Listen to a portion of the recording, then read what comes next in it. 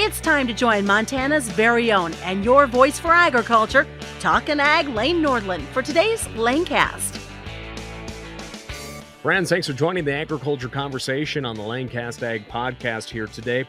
Let's cut to the chase. We're discussing highly pathogenic avian influenza and the positive influenza strain that was identified in dairy cattle in the state of Texas, and also cases appearing in New Mexico and Kansas. We're going to talk with Dr. Greg Gray, an epidemiologist from the University of Texas Medical Branch in Galveston, Texas. He's going to discuss the science and other topics that come into this very sensitive subject.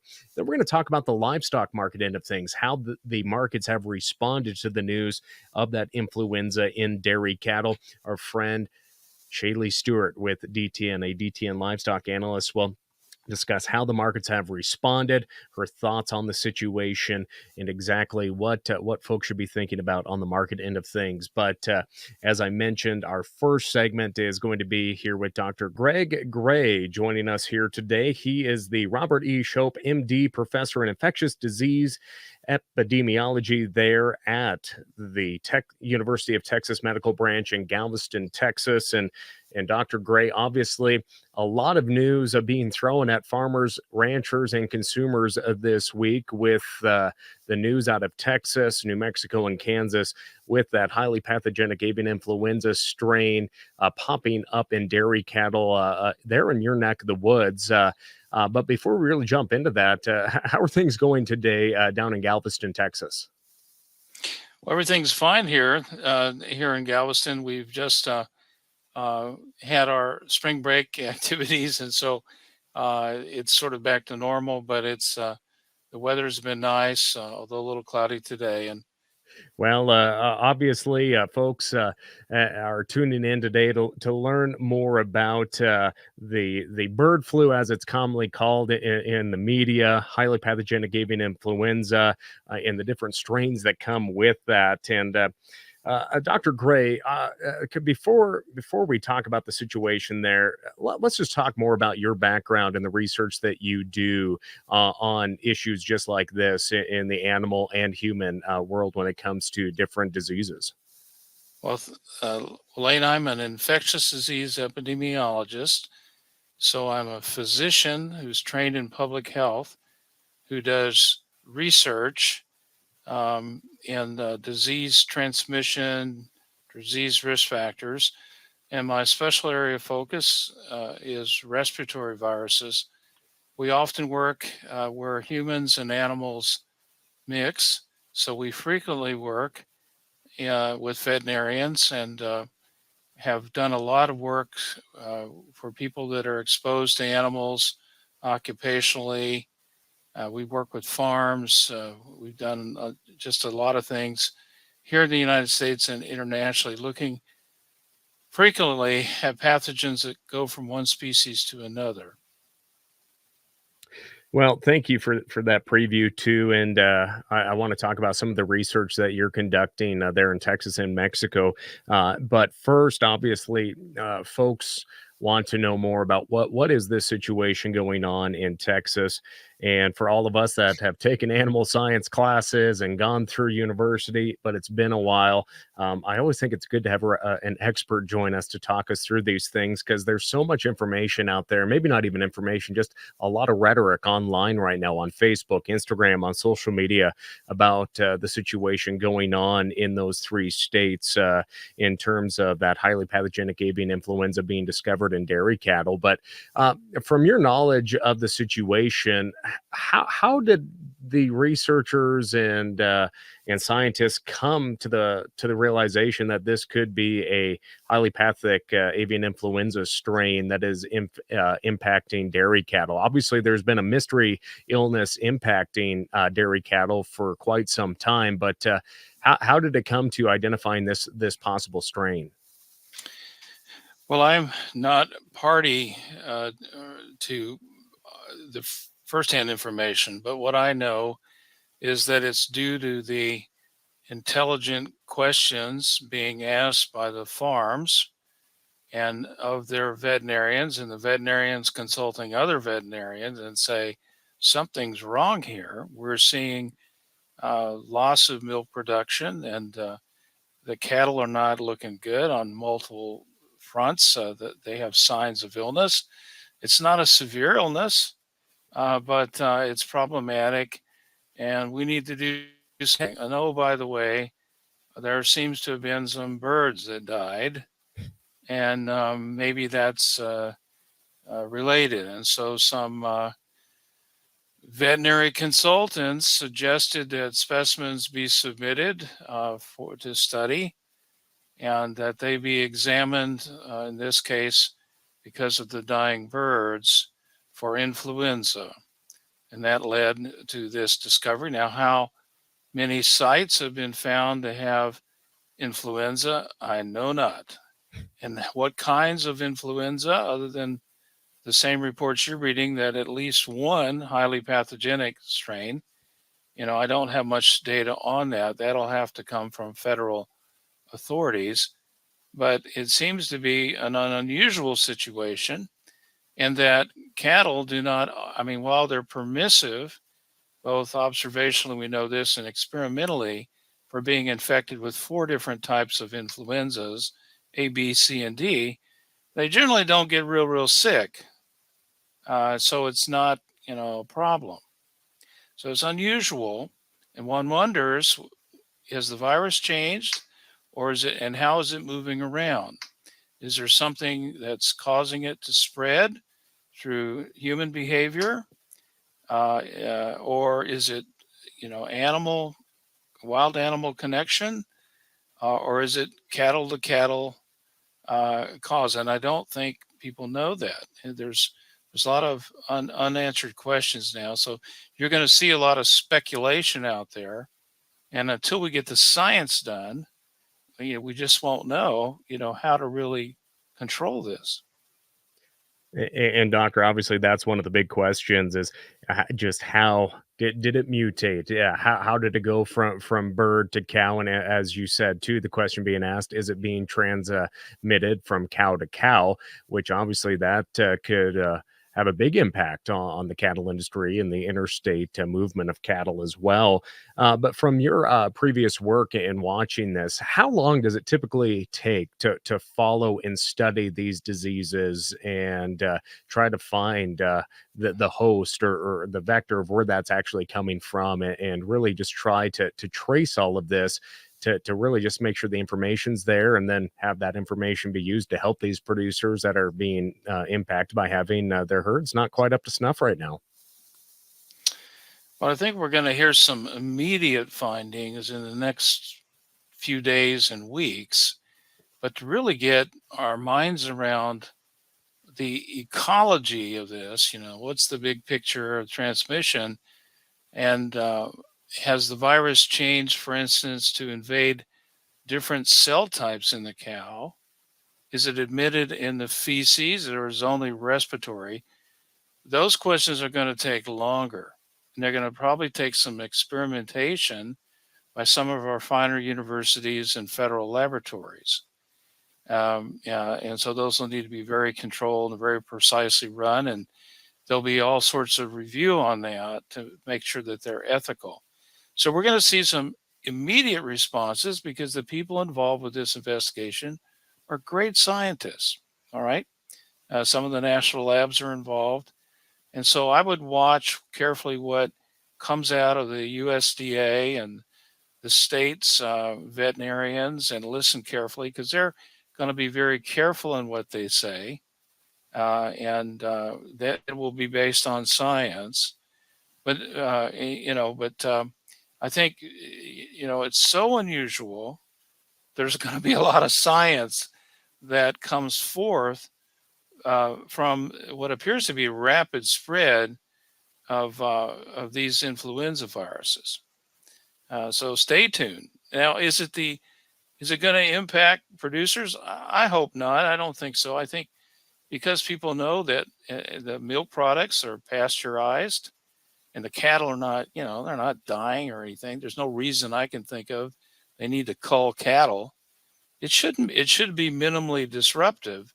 I think some of the milk production is going to go down, as we've seen. And how will they stop it? That's the question.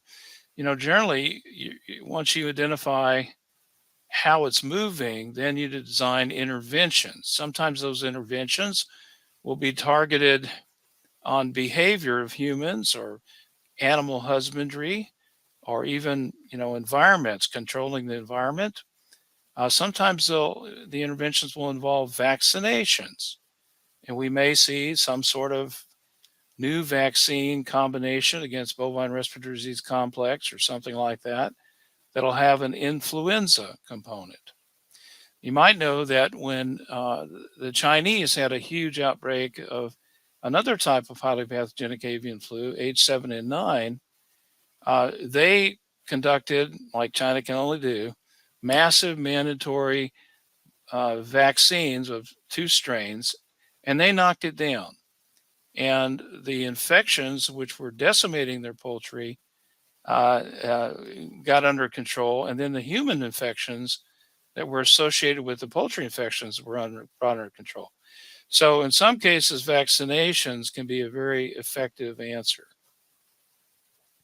Now, obviously, Texas Ag Commissioner Sid Miller has been keeping folks in Texas and across the nation up to speed from his department's perspective on what is going on there in the research, and just sharing what information that they can share at this point. But one of the statements he made, obviously, is that unlike the poultry, the chicken and turkeys that were depopulated, the estimate 115 million backyard flocks or domestic flocks were depopulated due to the avian influenza. We're not having to do that possibly here with the cattle. Is that just because obviously it's a larger animal, they can handle the influenza better? Is that assumption more correct?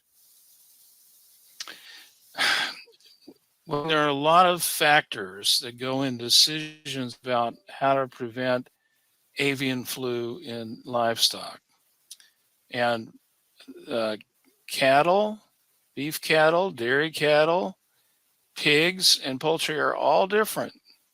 And so the experts in those areas, have to decide upon the interventions.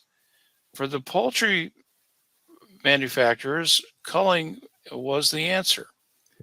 Now, we haven't embraced widespread vaccinations, but we may yet see that.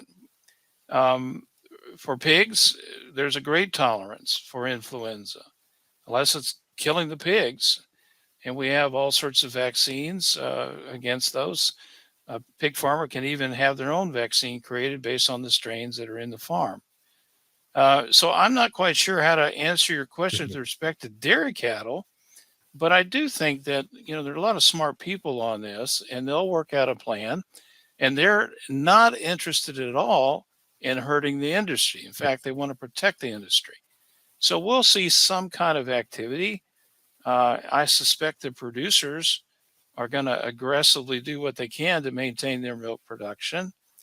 I suspect that we'll see some fluctuations in the price of milk, but in general, this should be. It doesn't make sense to me that it's going to have a huge impact. Now, I'm no USDA economist, and I could be very wrong. So I'm a public health physician who studies zoonotic diseases. Let me put a little plug in. So like the national labs that are examining some of these specimens, and perhaps some of the larger state labs, here at UTMB, University of Texas Medical Branch, we have a federal lab that not only can study highly pathogenic avian flu, which is biosafety level 3, we can do everything above that, biosafety level 4. That's Ebola and everything else. And we are pleased to be engaged in partnership with the veterinary community, and we're doing that a bit. So we're looking at specimens now from the outbreak and trying to characterize the virus. We're working with some dairy farms. So facilities, universities with facilities like this can play a role in getting a handle on this outbreak. And we would welcome partnerships with some of the farms, more of the farms. And we actually have some funding to do this research in a very appropriate way, looking at the the cattle, looking at the air. We have air samplers, and looking at the cattle workers to understand the whole dynamics of transmission. In some cases, for instance, in some diseases, animal workers can share a virus with the animals they care for, because the virus gets in their nose.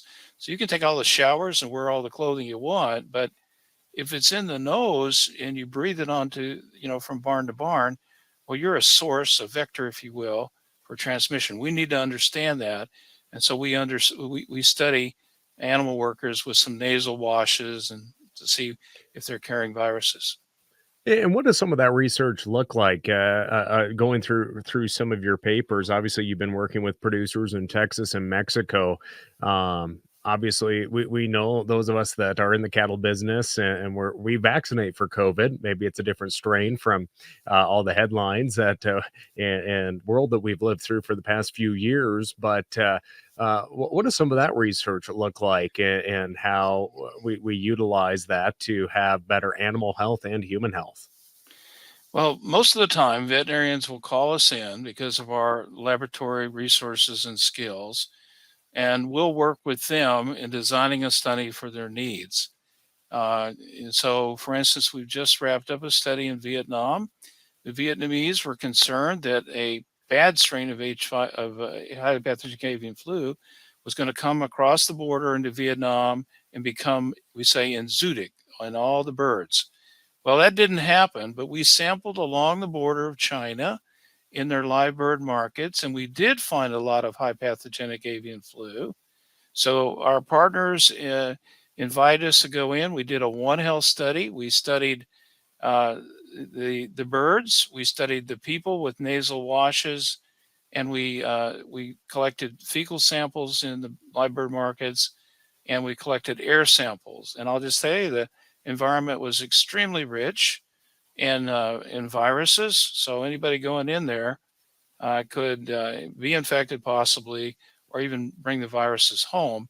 And so having that information, the Vietnamese government can say, hey, we need to do something about that. We need some resources to try to mitigate these problems. So that's an example.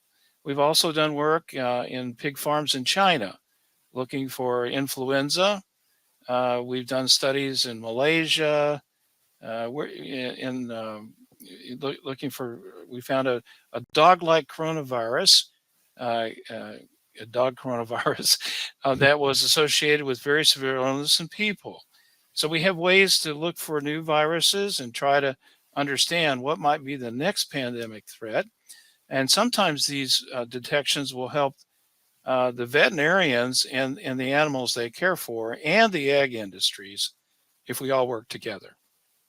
Now, Doctor, jumping back to our conversation about the transmission of the avian influenza to those dairy cows, a lot of questions that I've seen on our Western Ag Network social media channels, YouTube, Instagram, whatever that might be, has a case like this ever happened before, where that transmission from bird to bovine? Have we seen that before? And if so, what can we learn from that? I just, obviously it's not my field of expertise. That's why I'm reaching out to folks that study this. But have we seen cases like this before?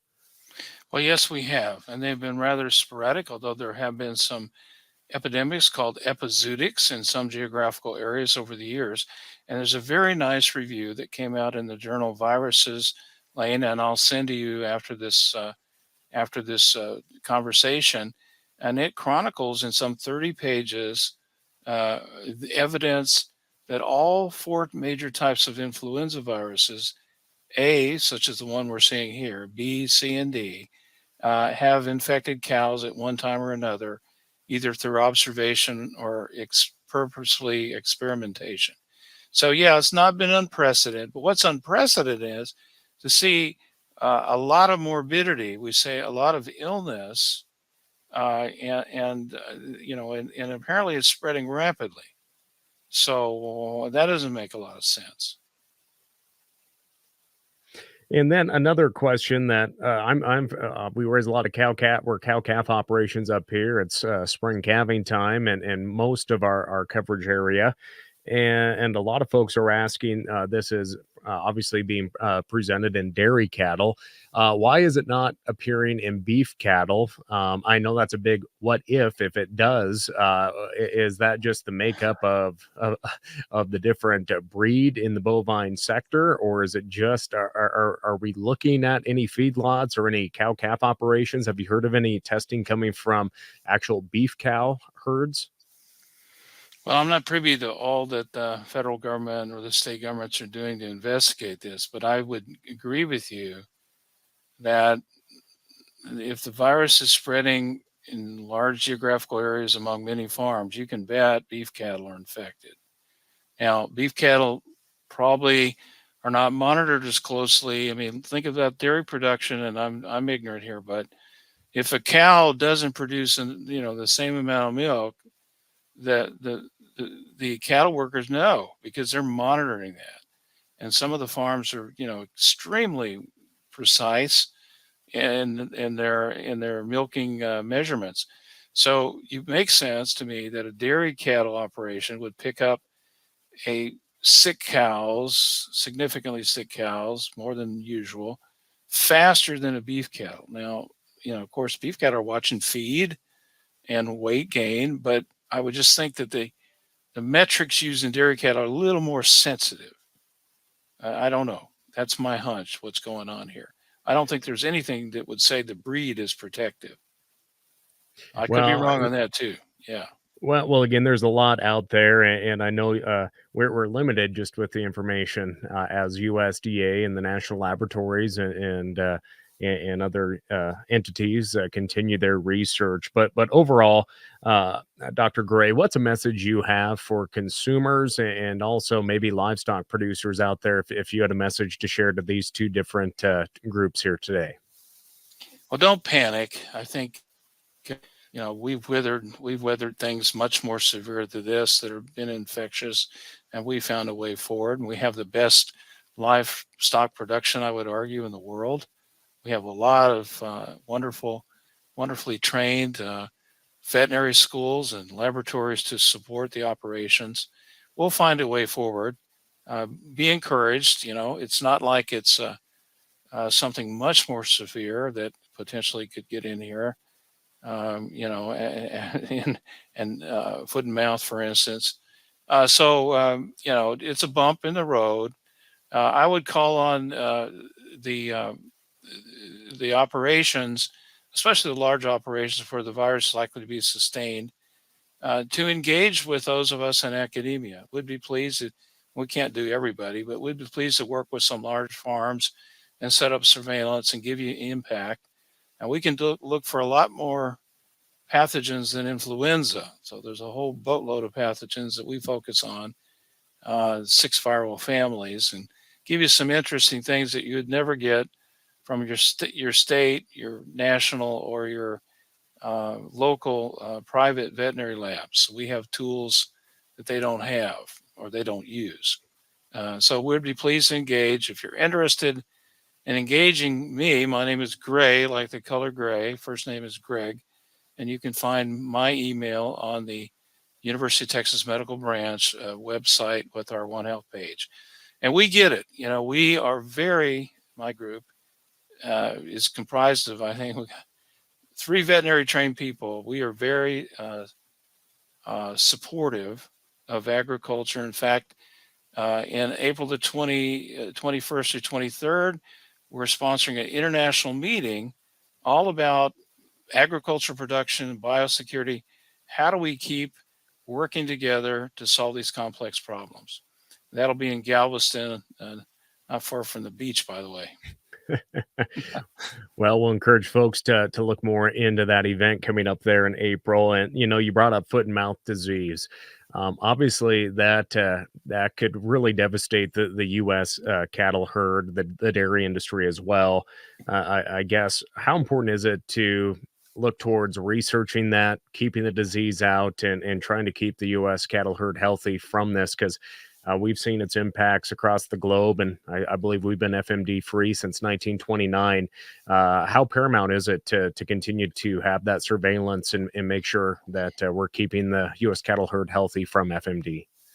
Well, my veterinary colleagues tell me it's like the number one threat. And I know there's tremendous efforts to screen incoming animals, animal products, agricultural workers, and I think our federal agents do this pretty darn well. I've had my stuff go through, so I think everybody's on the watch for that.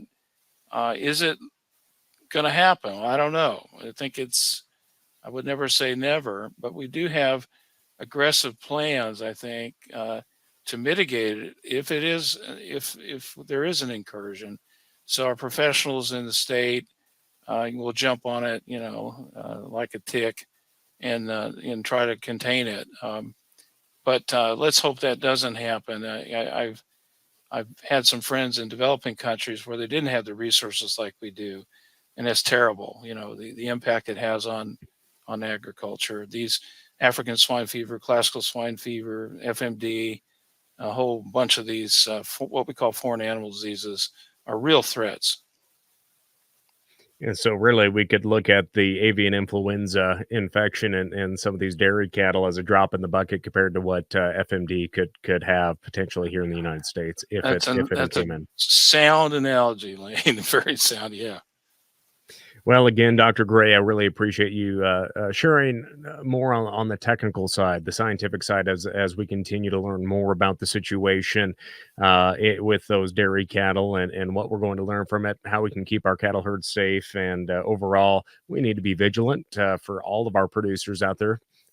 We keep an eye on. We're proud of our cattle. We're proud of the beef we raise, but keeping an eye on their health status. And if something's off, I would encourage everyone to contact their veterinarian or their state livestock and animal health officials if something just seems a little off. But again, Dr. Gray, don't want to keep you too much longer here today. But any last words you would just like to share with our audience?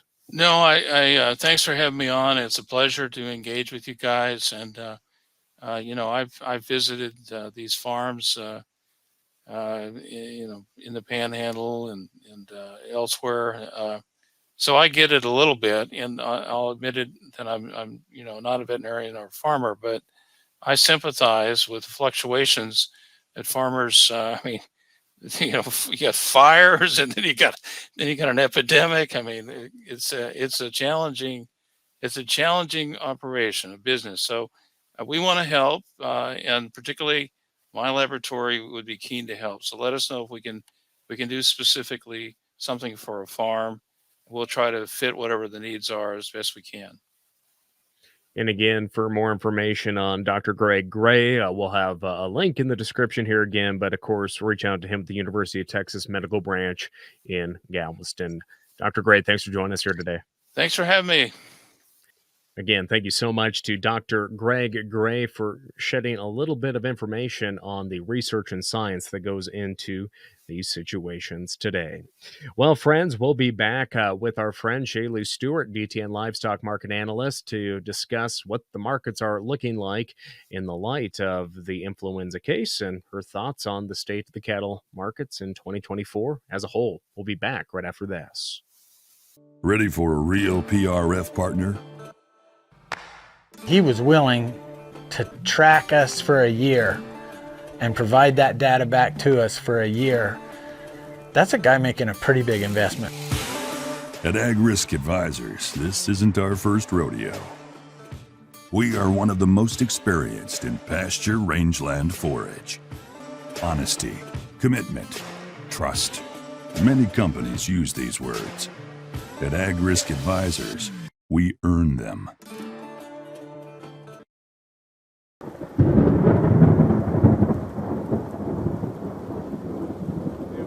Well, as we come back to the Lanecast Ag Podcast, thanks for continuing to join us on the agriculture conversation.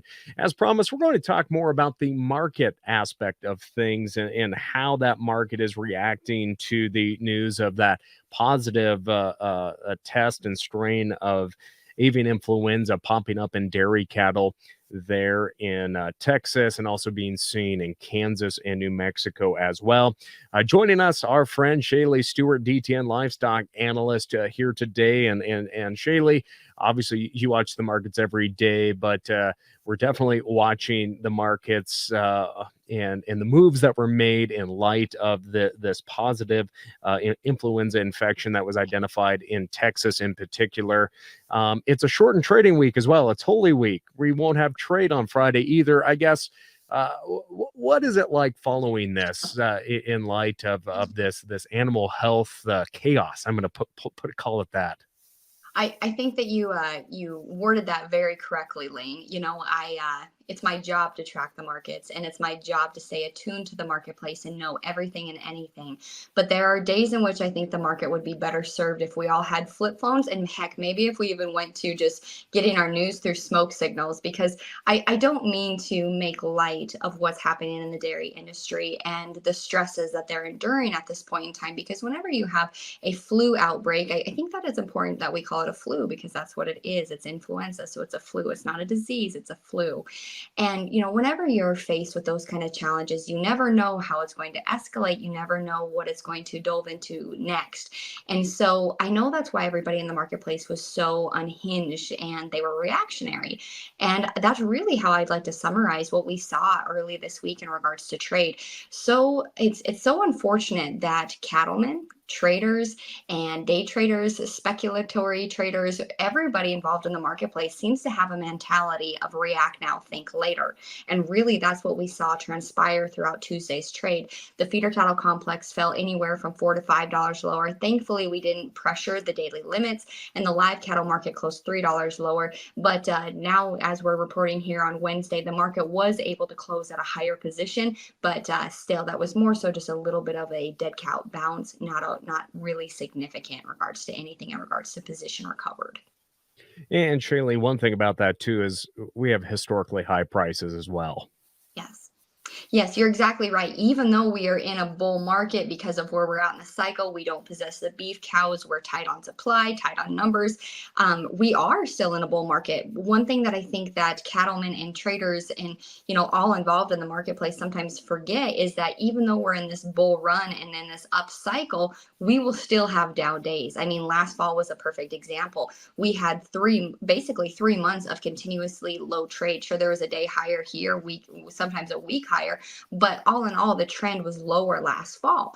And does that mean that the market's bullish run was over? Not at all, not whatsoever. But that's something that we have to keep in mind, is that even though we are in a bull run, we still will have days of lower trading days. We still will have weeks of lower ending weeks, and that's just how the market goes. And it's such a perfect storm, though, here. Last week and this week, we had the national beef plant fire there on their loading dock, their reefer unit damaged a little bit. And I know we're still waiting on more of that investigation from authorities there in liberal Kansas. And then you throw in this positive test of influenza. And as at the beginning of our podcast, I know you haven't heard that aspect of my conversation with Dr. Greg Gray, an epidemiologist, but it's very concerning. And you and I are both in the livestock business as well. And we don't just talk about it.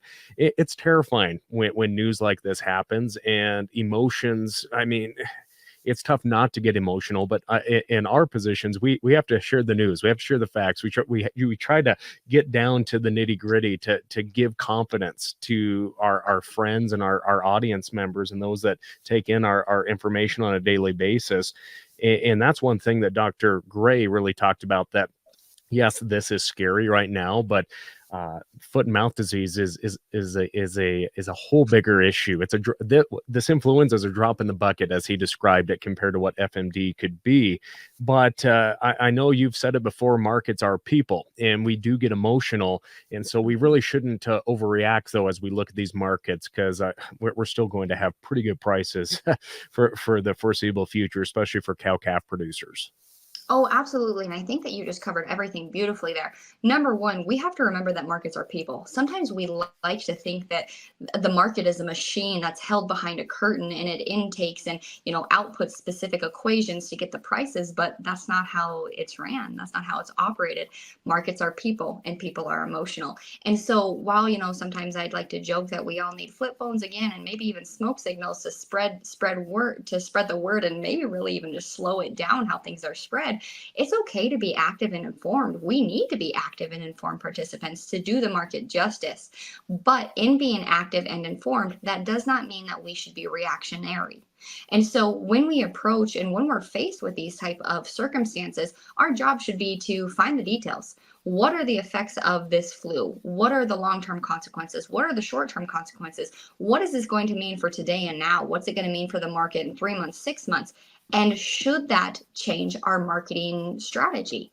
And as what we know right now in regards to the flu and how it's affecting these dairy cows, we should not be concerned as cattlemen. We obviously need to pay our respects and dues to those who are being infected by this disease. But thankfully, we were shown through the USDA in their public statement that this is not likely to be any sort of risk to consumers, whether they're ingesting milk or meat. And so thankfully, we can take that, run with it. And you know what? There are some questions that we still need to answer. Will this ever become transmittable between cattle? And so, not being transmittable simply through the bird, but between cattle, at which point that brings a different talking point to the conversation. Yep. But as we sit here today, the market is well, the market is strong, the market is ripe. Heck, next week might trade all lower. I have no clue. You don't have any clue. Nobody has a clue. But what we do know are the fundamentals. And we still sit with the all-time lowest cow herd. Prices will still be strong because demand is strong. Yeah, definitely. And, on another note from the influenza talk, I mean, just the prices that we're seeing through these local livestock markets. We ran some cows through last week, and I got in on the lower end of the sale. We got the cows there a little later than some of the other folks. But I mean, the range at Western Livestock, it was anywhere from $1,500 to $2,000 for cows going through the ring. And it's just, it's amazing, these prices, and you and I know that it's the lowest cow herd ever, and at this point we're not seeing any heifer retention. What are you hearing from some of your peers out there, just producers that maybe raise replacement quality heifers? What has that talk been like with some of the decisions that people are trying to make, because we're so weather dependent? Oh, absolutely. And I think that you hit the nail on the head with that point. We are raising elite genetics in today's day and age. They have the data to back them. But really, I think for a lot of producers, it comes down to a cash flow decision. There is a lot of money that's left on the table when you're not selling females in this market. The steers they're selling through the auction ring and bringing historically high prices, but their sister mates, they're also bringing high prices. And so it's that balancing act of, I know these genetics, I want to keep them in my herd, I want to run with this genetic line and the integrity of it, but at the same time it's really hard to forego potentially $2,000 for a heifer calf. That's extremely hard to do. But I think it comes down to an individual and a per operation basis that has to look at cash flow, that has to look at their 5, 10, 15, 20-year plan and say, what is my goal? And a lot of producers have said, with having to service a debt, and most producers having to service debt, they've let more females go than they'd ideally like, just simply because debt is a talking point. Do you have a pool there at DTN on what bred heifers and young bred cows are going to be bringing this fall of 2024? That's a fun question. I've got my dart in my hand. I haven't thrown it yet to tell you what the price is going to be. I think that really you hit the nail on the head when you said weather. What are we going to get in regards to moisture? And the other part of that equation that I think maybe we don't talk about enough is who's going to be buying these females. As the cow-calf producers become an aging populace, it's hard to find capital as a young producer that's readily accessible. And so, when you're borrowing money and it's 8, 9, 10, maybe even 11%, that's tough to swallow. And so I just truly believe that this build back is going to be so much slower than what we saw in 14, 15, and 16. And I think that's really going to be some of the driving force, is just simply because it's going to be with a younger demographic of individuals, and capital is hard to come by and is expensive in today's day and age. Very, very true. Again, ShayLe Stewart, DTN Livestock Analyst, joining us here today. ShayLe, anything else you would like to just share with our listeners and viewers today, whether that is on our topic of discussion, of course, that being that avian influenza situation in the Southern Plains, or just in particular for the livestock markets, and how folks can follow you on a daily basis? Thanks for that plug, Lane. I think that the thing that I'd like to share most is that I want folks to remember that markets are people, and that just because things start to be spinning faster, moving faster, and chaos seems to be spreading, that doesn't mean that a immediate decision or reaction is required by you. And so sometimes it's easier to just say, all right, I read the headline, I read the report, I'm going to sit on this tonight. I'm not going to share it. I'm not going to make a call. I'm not going to change my marketing strategy. I'm not going to go load up some cows and take them to town. I think that we need to be more discerning in how we choose to make our decisions or react. And I think the market would be better served that way. And the other thing I want to remind folks is that even though we saw Tuesday be, painful to watch, I don't like seeing feeder cattle trade $4 to $5 lower. We're still trading at all-time high prices. And so continue to believe in the market's fundamentals, because they are what is tangible right now. The futures market can be easily disrupted by external factors, but the fundamentals of the market are tangible. So that's where I'm a fundamentalist. I always will be. And that's where I go to when I'm stressed. Well, again, we here at the Western Ag Network so much enjoy your commentary and input that we're able to also share on our radio and TV programs with our listeners, because we get a little busy as farm broadcasters. So having expert commentary and knowledge to what these markets are doing is so much appreciated. And for our viewers, you can check out ShayLe's commentary on DTN every single day, of course, or through the Progressive Farmer. Again, ShayLe Stewart, thanks for taking time to discuss these very important topics for our audience. Hey, it's always a privilege. Thank you, Lane. Take care. Again, a big thank you to both ShayLe Stewart and Dr. Greg Gray for joining us here today, discussing a very important topic here for livestock producers this week. And I hope you glean something that helps bring a little bit more light. Take two on that tag. Again, a big thank you to ShayLe Stewart, DTN Livestock Analyst, and Dr. Greg Gray for discussing both aspects of this situation that we continue to monitor down in Texas. Again, this is far from being over. A lot of information still yet to come from USDA and the researchers that are on the ground trying to learn more about what exactly is going on. But again, as Dr. Gray said, do not panic. We're going to get through this, and I hope he's right in those statements, and I feel that he is. He understands this knowledge, and I hope we can all learn something from today's conversation. Again, we'll continue to track this on the Western Ag Network radio and TV programs every single day, and also on the Lanecast Ag Podcast. With that, friends, thank you for joining us and spending a little time here on the Lanecast Ag Podcast. I'll catch you next time. Thank you for tuning into the Lanecast with Talkin' Ag, Lane Nordlund. For more on Lane, check out his Facebook page, Lane Nordlund Ag Broadcaster, and NordlundCommunications.com. Don't forget to subscribe to the Lanecast on your Apple or Android devices. We look forward to joining you next time on the Lanecast.